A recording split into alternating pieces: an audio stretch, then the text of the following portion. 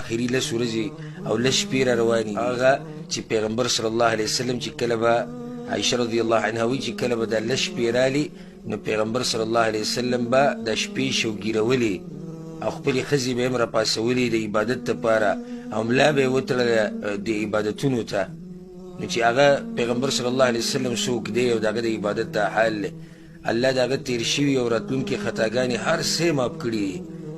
او د جنتونو سردار دی د جنت والو سردار دی د آدم د بچو سردار دی د هغه دا حال دی د عبادتو سره زما او ستا چې موږ د ګناهونو ګوډي یو ګوډي د ګناهونو نه ډک یو او زموږ په اعمالو کې دومره کوتاهي د ما ته نصیحت دی او د زړه نه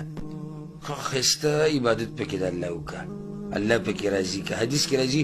هره شپه الله د اور نه خلق ازادوي په دې مبارکه میاشت کې هره شپه الله خلق د اور نه ازادي کوشش وکړه په الله باندې ځان آزاد کړه د اور نه